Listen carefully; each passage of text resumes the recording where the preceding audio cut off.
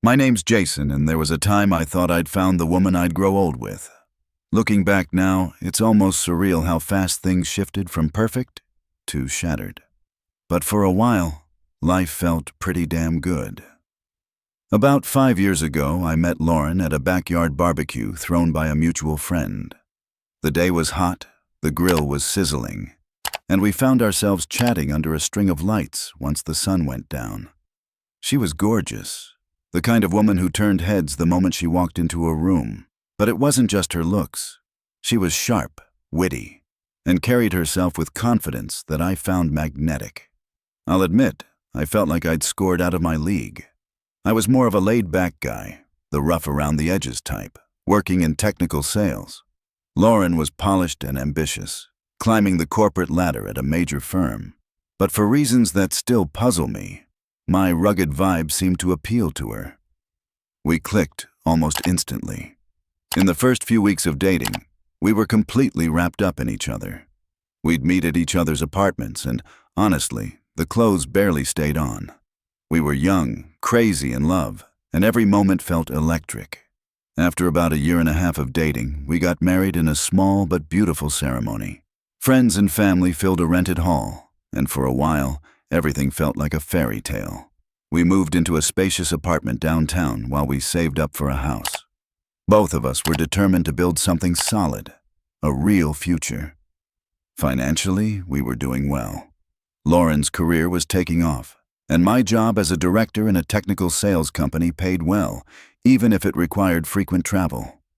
Sometimes I'd be gone for a few days or even a week at a time, but the nature of my job also let me work from home whenever possible. Lauren was supportive of that, at least in the beginning. The first couple of years of marriage were genuinely good. We traveled together when our schedules allowed. We'd go on spontaneous weekend getaways or spend nights binge-watching TV shows, wrapped up in each other's arms. Our friends would joke that we were the golden couple, and for a while, I believed it.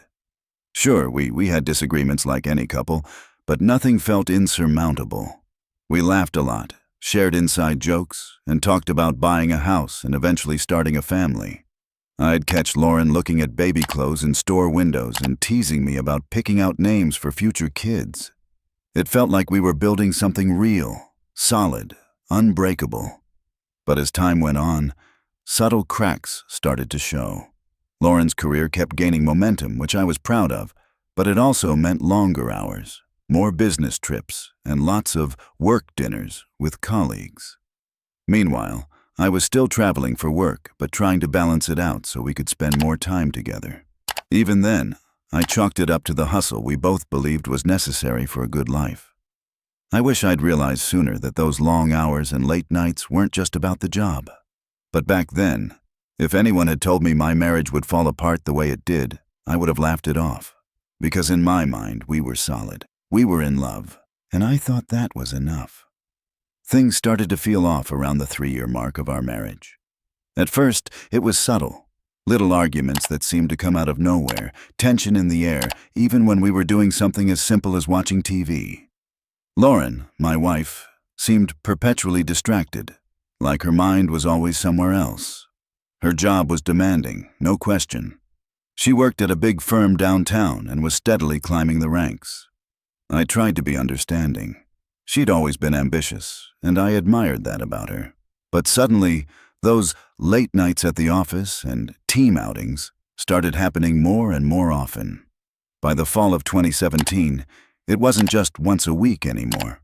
It had become 3 or even 4 nights a week where she'd come home late, sometimes after midnight, smelling faintly of expensive perfume and a hint of alcohol.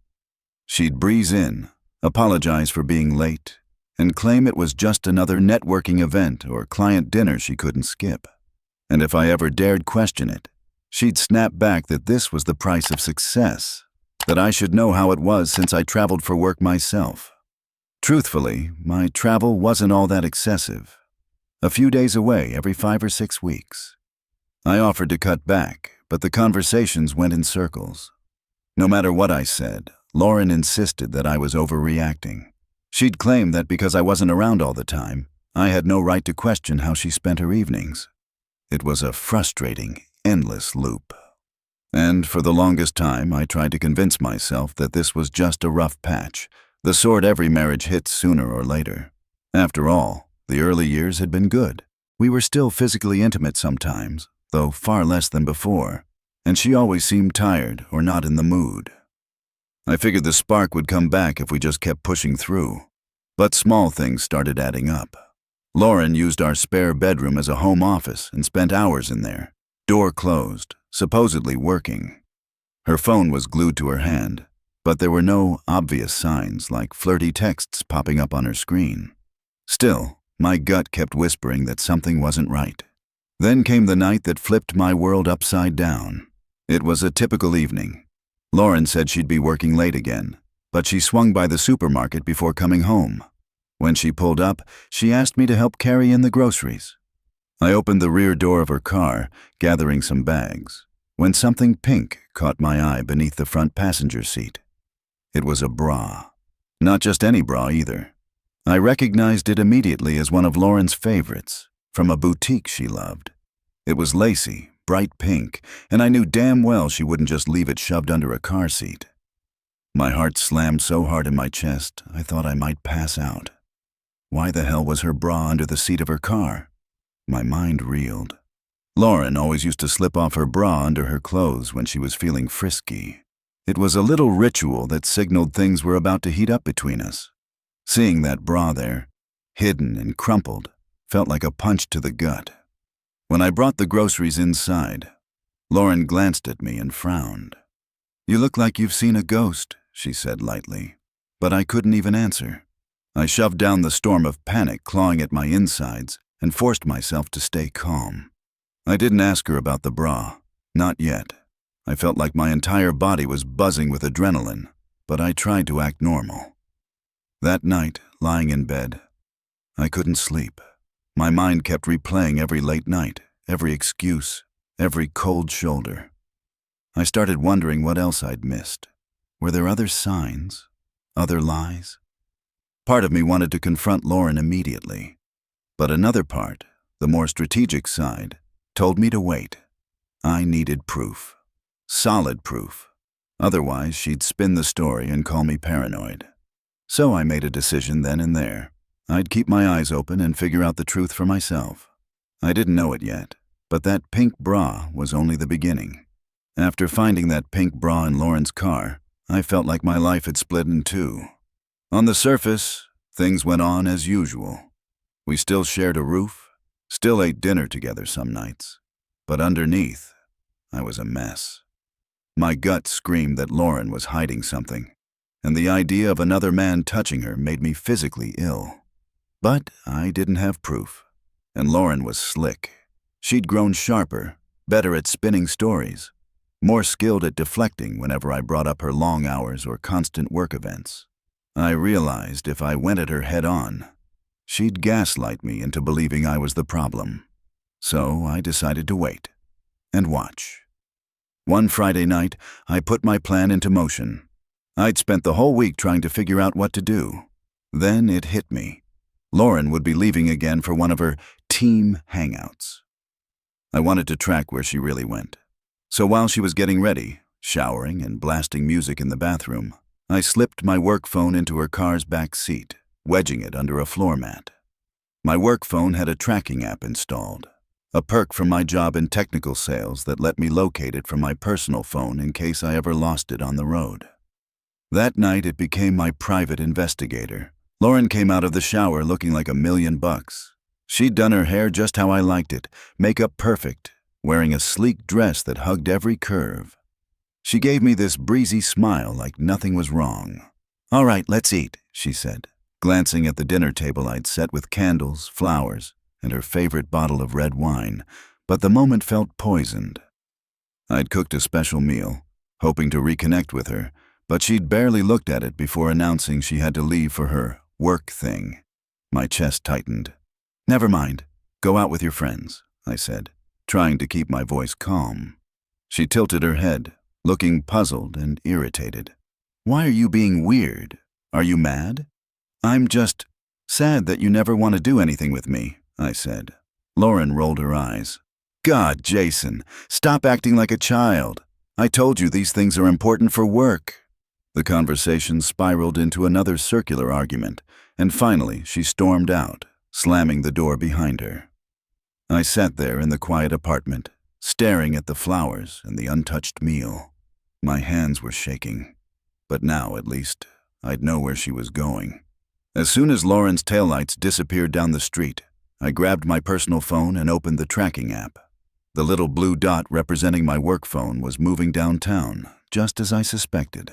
After 20 minutes, the dot stopped at a bar Lauren often mentioned going to with colleagues. My heart hammered in my chest. I drove over, parked across the street, and waited. I felt like a stalker, sitting there in the dark, hands clenching the steering wheel so tightly my knuckles turned white. A part of me hated myself for what I was doing, but another part knew I had to see the truth with my own eyes. An hour later, I saw her. Lauren came out of the bar with a man. Tall, polished, wearing a tailored suit. He looked like the type of guy who probably sat in boardrooms all day giving orders. Then it happened. He pulled her close. She tilted her face up toward his. And he kissed her. Slow, intimate, like a man who wasn't just testing the waters, but knew damn well he belonged there. My whole body went cold. I felt like I'd left my own skin and was floating above the parking lot. My chest tightened until I thought I might black out. I kept telling myself it wasn't happening, but there it was, right in front of me. My wife, the woman I'd vowed to love and protect, kissing another man under neon lights like I didn't exist. Then the two of them slipped into his car and drove off. I snapped out of my daze and followed them. I was shaking so hard I nearly rear-ended them at a stoplight. 10 minutes later, they pulled into the parking lot of a hotel on the outskirts of town. I parked a short distance away and watched as they got out, laughing and holding hands. The man placed his hand on the small of Lauren's back as they disappeared into the hotel lobby. That was it. I couldn't breathe. My chest felt crushed. My entire world collapsed in that moment. For a few seconds, I just sat there pounding my fist against the steering wheel, my head spinning. A rage and heartbreak so fierce surged through me that I thought I might lose my mind. Then I did the only thing I could think to do. I started driving. I left the city limits, tears blurring my vision, my hands gripping the wheel so tight my forearms ached. Eventually, I stumbled upon a small roadside tavern about 30 miles out of town. I pulled in, half blind with pain, and slumped into a bar stool.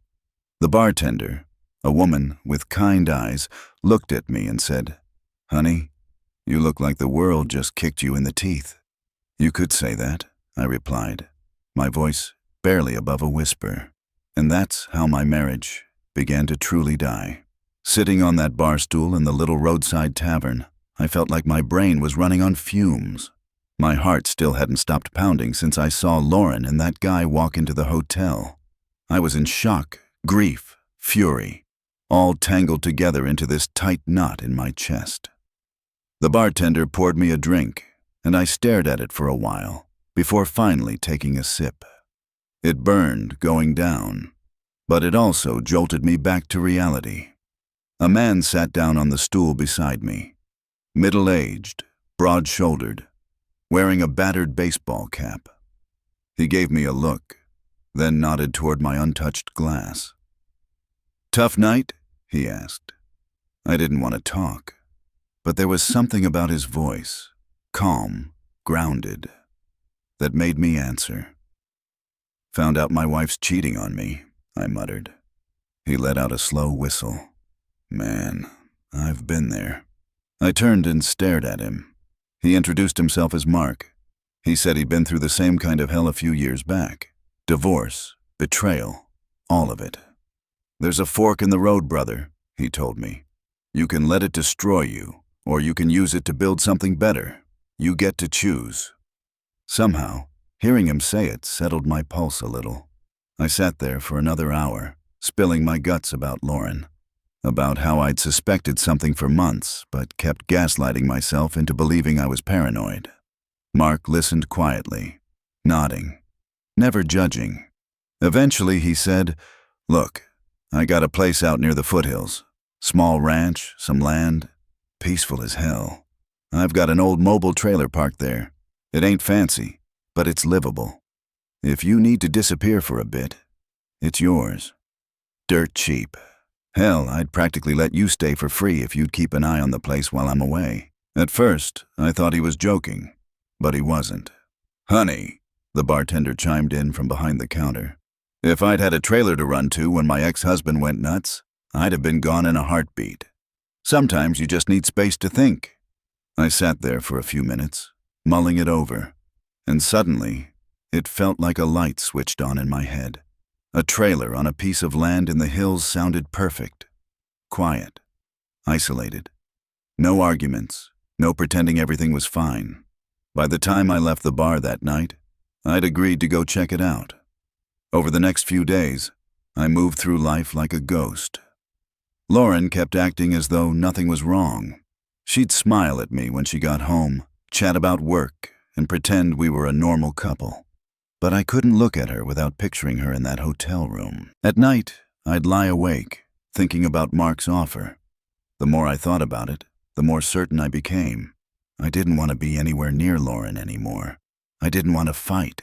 I didn't want to scream or demand answers. I just wanted out. Lauren, meanwhile, had started to notice I was distant. One evening, she tried to hug me in the kitchen. I stiffened under her arms. She pulled back and narrowed her eyes. "Are you still mad about me working late?" she demanded. I said nothing. She crossed her arms. "Jason, this is ridiculous. You travel for work all the time, but when I have to work late, you act like it's the end of the world." I finally met her eyes. "Are you having an affair, Lauren?" Her face flickered. Shock, anger, then composure. "No. Why would you even say that?" I told her I'd heard rumors. She demanded to know from who. I refused to say. She scoffed, called me paranoid, and stormed off to bed. That was the last time I tried to get the truth from her. A few days later, Mark invited me to come check out his land. I drove out into the hills, my stomach churning the whole way. But when I pulled up to his property, it felt like a weight dropped off my shoulders. Tall trees rustled in the breeze. Birds chirped. The air smelled like pine and earth. Mark showed me the trailer, a 26-foot rig, fully furnished, modest but cozy. It reminded me of a road trip I'd taken with friends in college. "It ain't much," Mark said, "but it's yours if you want it." I could already see myself there, waking up to mountain air, going for long runs, sitting under the stars at night instead of arguing in some cramped apartment. I shook Mark's hand. Deal. From that moment, I knew I was leaving Lauren. I didn't tell her. I just started quietly packing up my stuff, piece by piece. Clothes, personal files, my laptop, anything that was mine alone. The next time she left for another work dinner, I'd be ready. I'd vanish without a trace. No screaming matches, no courtroom drama, just freedom. And that plan kept me going when I felt like the heartbreak might swallow me whole. Once I decided I was leaving, everything about my life with Lauren felt like it was happening underwater. Her voice sounded distant. Her laughter felt fake. Every time she brushed past me in the hallway or tried to strike up small talk, I felt an invisible wall rising between us. Inside, though, I was laser-focused. Every day, while Lauren was at work, I'd take another load of my belongings out to the trailer on Mark's property. I worked methodically, packing boxes of clothes, personal files, tools, spare tech gear. I didn't touch any of the shared furniture or decor. I didn't want to give her reason to come looking for me over stuff. The apartment slowly emptied out. She didn't even seem to notice. Maybe because she was too caught up in her affair, or maybe she simply didn't care anymore. Strangely enough, during those last couple weeks, Lauren actually started acting nicer.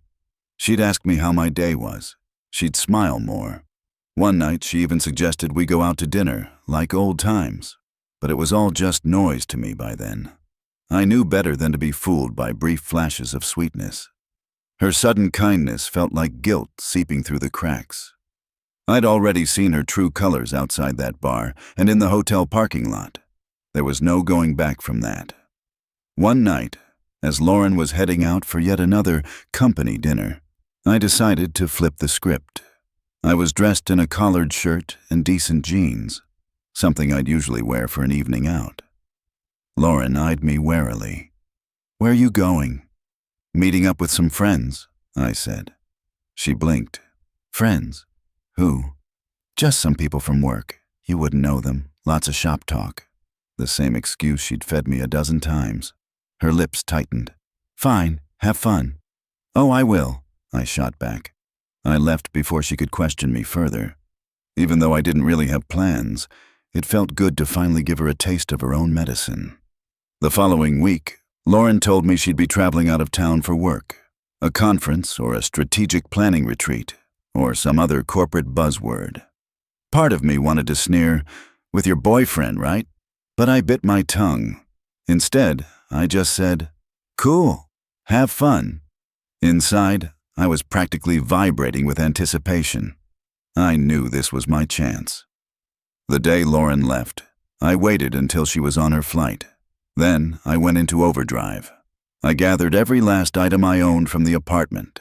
My clothes, my guitars, my old college textbooks I couldn't bear to part with. Every cable, every charger, every tool from the closet. I even double-checked for sentimental stuff, photo albums from my family, my mom's old recipes. I left the furniture, dishes, towels, anything we'd picked out together. I didn't want any reminders of our life. When the apartment was finally empty of all my things, I stood there in the silence, looking around at the place that used to be our home. Then I pulled out a small piece of notepaper and wrote 5 simple words. I hope it was worth it. I set it on the kitchen table. On top of it, I placed my wedding ring. That was my goodbye. Walking out the door that last time, I felt lighter than I'd felt in months. The pain was still there, sure. A deep, throbbing ache that wouldn't leave me alone. But underneath it was a strange sense of relief. I wasn't yelling. I wasn't slamming doors. I wasn't groveling for explanations. I was just gone. I drove straight out to Mark's property. The trailer was already hooked up to utilities, thanks to him. When I stepped inside, I could smell the faint scent of pine wood paneling and the fresh mountain air drifting through the small windows. It wasn't glamorous. The couch was faded. The floor creaked in spots. But it was mine. And it was peaceful. That first night in the trailer, I sat outside under a sky full of stars. No traffic sounds, no glow of city lights, just the hush of wind through the trees and the distant bark of a coyote. For the first time since I'd discovered Lauren's affair, I felt like I could breathe again. Lauren had no clue I'd left until she came home from her trip. My phone started blowing up with missed calls and frantic texts. Messages piled in, ranging from, "Where are you? Why won't you answer me? We need to talk. This is crazy. Come home." Eventually, she even dragged her mother into it, trying to get me to respond. But I ignored every single message, because I'd made my choice, and I wasn't going back. Settling into life in the trailer felt like stepping into another world. In the first few mornings, I'd wake up expecting to see Lauren curled up beside me in bed, or to hear her hairdryer whirring in the bathroom. Instead, all I heard was birds singing outside my window, and the whisper of wind through the pine trees. It was quiet out there, almost painfully so at first. The silence gave me room to think, which wasn't always easy. Some nights I'd lie awake, staring at the low ceiling, replaying every argument, every suspicious look, every time Lauren had brushed me off. The images of her with that other man were burned into my brain. But over time, the quiet began to heal me. Mark checked in on me a lot in those early days. He'd swing by the trailer with a six-pack or call me up and invite me into town for a drink. Sometimes we'd just sit around the fire pit outside his cabin, talking about anything but betrayal and divorce. "Brother," he said one night, sipping a beer, "sometimes the best revenge is just moving on and being happy. Let her wonder why you're not chasing her." And he was right. I got into a new routine. In the mornings, I'd lace up my running shoes and hit the trails winding through the foothills. The mountain air felt sharp and clean in my lungs. I'd run until my legs burned, trying to sweat out the hurt and anger that still clung to me like a second skin. I started cutting back on drinking. Those first nights, I'd been tempted to drown my misery at the bar, but I knew that would only drag me deeper. I didn't want to be the guy who spent his nights leaning over a bar stool, slurring out sob stories to strangers. Instead, I focused on fixing up the trailer. I scrubbed it top to bottom, patched a few leaks, and replaced the old curtains with simple linen ones that let the sunlight pour in. It felt good to make the space my own. One afternoon, a few weeks after I moved in, I was out on the trail when I ran into a woman pulled over at the side of the dirt road with a flat tire. She was younger than me by a few years, petite, with dark hair tied up in a messy bun and grease on her cheek from trying to change the tire herself. "Need a hand?" I asked, trying not to sound like some creepy mountain man. She laughed, pushing hair out of her face. I'd be lying if I said no. Her name was Emily. We got her tire changed, and she insisted on buying me coffee at a cafe in town as a thank you. One conversation turned into another, and pretty soon we were meeting up for coffee every few days. She was sweet, funny, and easy to talk to. She didn't pry about my past, and I didn't dump all my baggage on her. We just enjoyed each other's company. Emily started calling me her mountain man. She liked the simplicity of my life, the way I'd chosen peace over chaos. I wasn't in any rush to define things.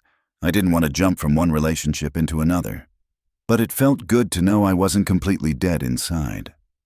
I still thought of Lauren sometimes, especially in the quiet moments when a certain song played or when I'd catch myself reaching for my wedding ring out of habit. Grief has a sneaky way of ambushing you when you least expect it, but overall, I was feeling lighter, freer. For the first time in a long time, I was living my life on my own terms. No more gaslighting. No more wondering where my wife was late at night. No more pretending things were okay when they clearly weren't.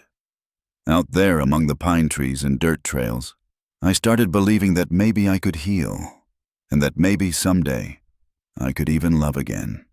It had been over a year since I'd left Lauren, and by then, I'd almost convinced myself I'd never see her again.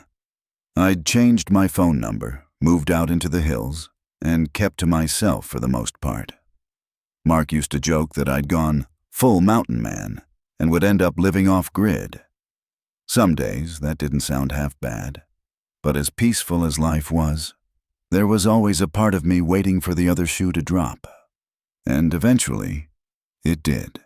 One Saturday morning, I drove into town to pick up groceries and stopped by my usual coffee shop to use their Wi-Fi for some work.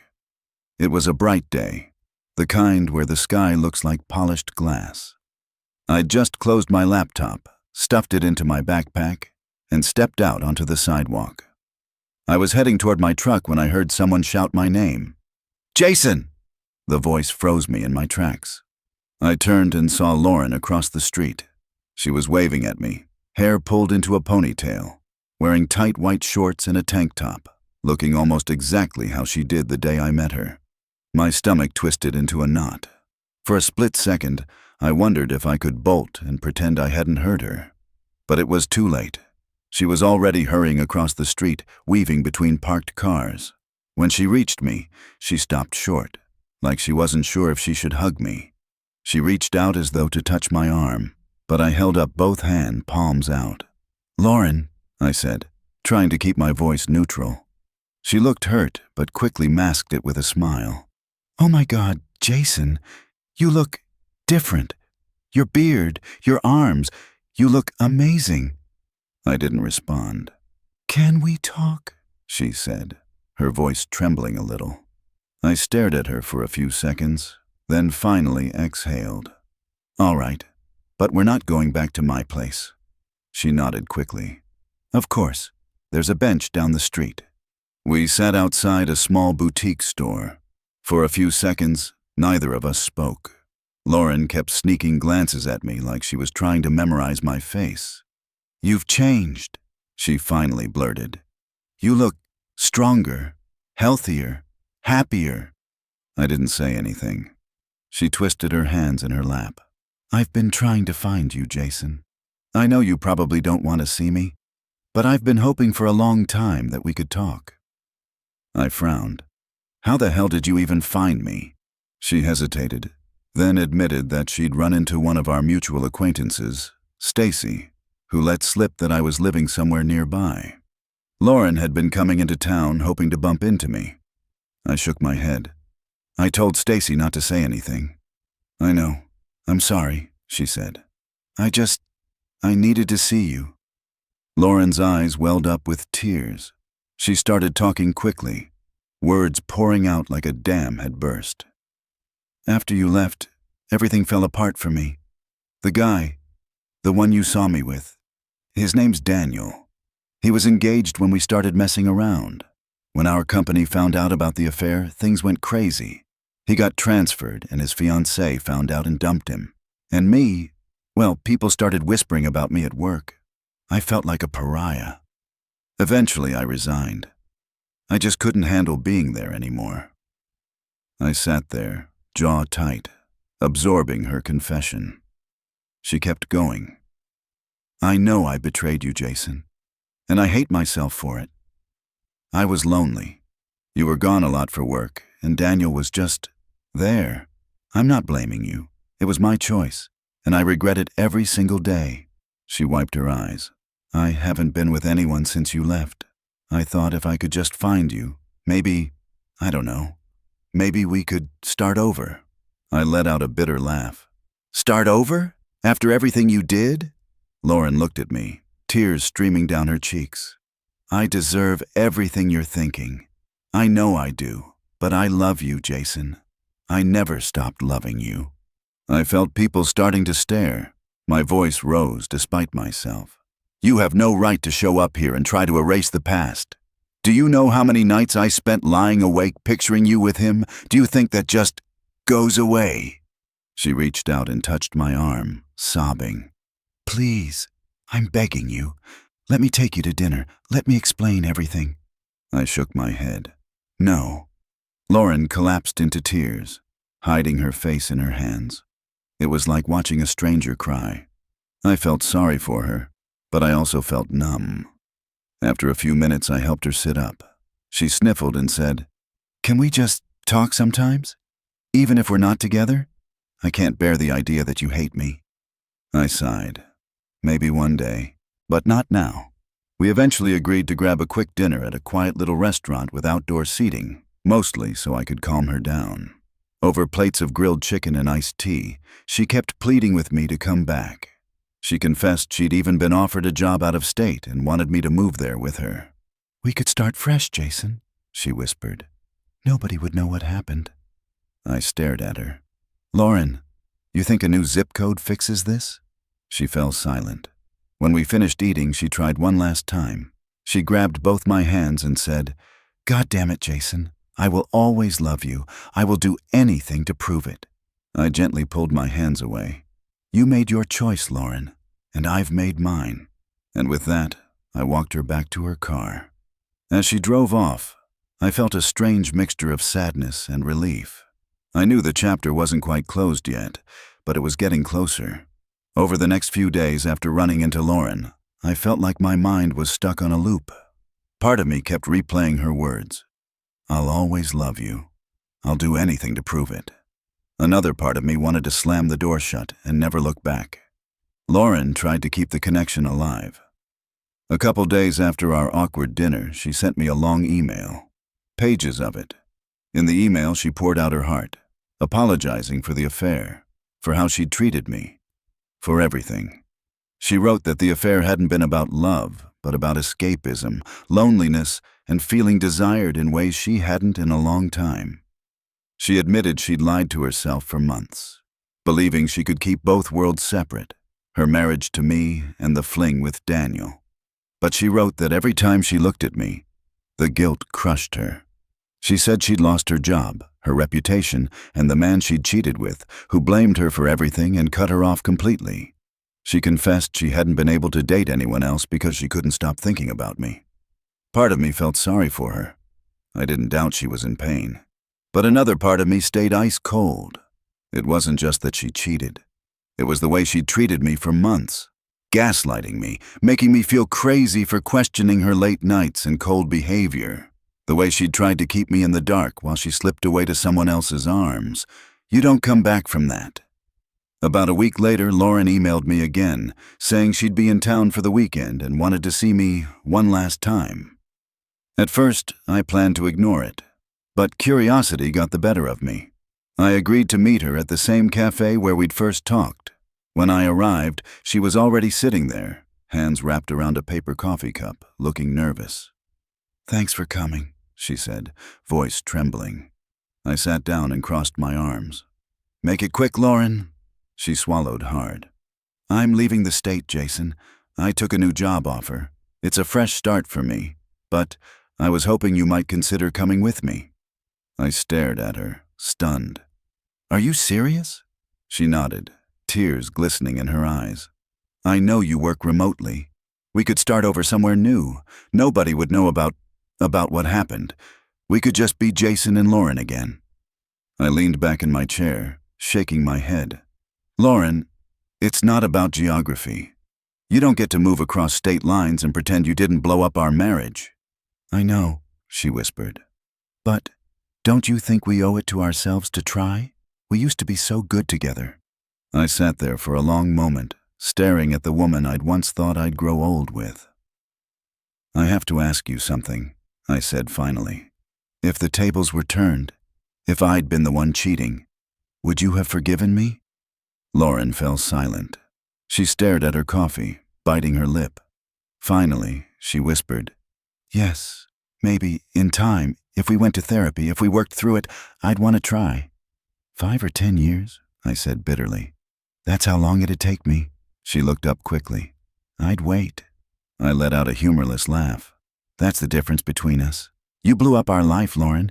You killed what we had, and you did it for a fling with some corporate clown. You think I'm going to erase that because you're lonely now?" Her eyes filled with tears again.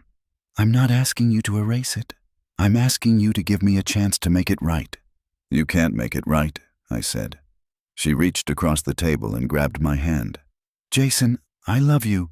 I'll never love anyone the way I love you." I pulled my hand back. "Then that's your burden to carry." For a moment, she looked like she might collapse, but then she nodded, wiping her eyes. "I guess that's my answer?" "Yeah," I said quietly. "That's your answer." Outside, we stood beside her car. She was shaking, her breath catching in her chest like she was about to hyperventilate. "Can I at least have your phone number?" she whispered. "No," I said firmly. "You'll just blow it up with calls and texts. You'll try to guilt me, and I'm not doing that dance again." She gave a strangled sob, then nodded. "Okay, email then?" I hesitated, then gave her my new email address. "Strictly email. And don't expect me to reply right away." She nodded again, her shoulders sagging. "Okay." Before she got into her car, she looked at me one last time. "Jason, even if you can't forgive me, I'll always be waiting. I'll never stop loving you. Ever." I sighed. "Take care of yourself, Lauren." And then I turned and walked away. That night, I sat on the porch of my trailer, looking out at the stars, feeling both sad and relieved. The door was finally closed. Maybe not locked forever, but at least closed. And for the first time since my life exploded, I felt like I might truly be free. After that final conversation with Lauren, it felt like a door slammed shut behind me. For a few days, I kept expecting another wave of emails or maybe some dramatic gesture, like her showing up at my trailer begging for a second chance. But the messages grew fewer. Eventually, they stopped altogether. Lauren had moved to another state, just like she'd said. And somehow, I knew she'd finally accepted the truth. We were done. I'd be lying if I said there weren't moments when grief still hit me out of nowhere. Sometimes it was a song playing in the grocery store, or a whiff of the same perfume Lauren used to wear, or just waking up from a dream where she was still my wife, only to remember all over again that she wasn't. But those moments came less and less often. Living out in the trailer taught me a lot. I learned how good silence can feel when you're not dreading what's waiting behind a closed door. I learned that peace doesn't come from other people. It comes from clearing your own mind. I started running almost every morning, winding through the pine trails while the sun came up. The pain in my chest gradually changed from heartbreak to just the satisfying burn of exercise. I kept spending time with Mark and the small group of friends I'd made in town. Simple people, good people, the kind who'd rather share a six-pack under the stars than play mind games. And there was Emily. Nothing serious, not yet. But she made me smile. She was sweet and genuine. And when I was with her, I didn't feel like a man defined by betrayal. She called me her mountain man and said she admired the way I'd simplified my life instead of drowning in drama. She gave me hope that maybe, just maybe, I'd be able to trust someone again. Sometimes I thought about Lauren's claim that she'd always loved me. A year ago, hearing that might have torn me in half. Now it just felt distant. Because here's the truth, love means nothing without loyalty. And once trust is gone, love can't save you. I'd built a new life, piece by piece, far from the city, far from the lies. And for the first time in years, I was living for myself, not for someone else's approval. I know there are guys out there going through exactly what I went through. Maybe someone reading this right now feels trapped in a marriage full of suspicion and heartbreak. So if you're reading this, hear me out. You don't have to stay. You don't have to scream or break plates or make a dramatic scene. You can just leave. Quietly, if that's what keeps you sane. Loudly, if you need to. But you have the right to walk away from someone who betrays you. At 32, I'm not in any rush to remarry. I'm not bitter toward women, but I'm cautious now, and that's okay. I love my quiet mornings, the scent of pine trees, and watching the sun slip behind the mountains at night. I love knowing that my life is finally my own again. Lauren was a chapter in my life, a beautiful, heartbreaking, necessary chapter. But the story didn't end with her. It's still being written. So to anyone who's struggling right now, it does get better. And sometimes, losing someone is how you finally find yourself.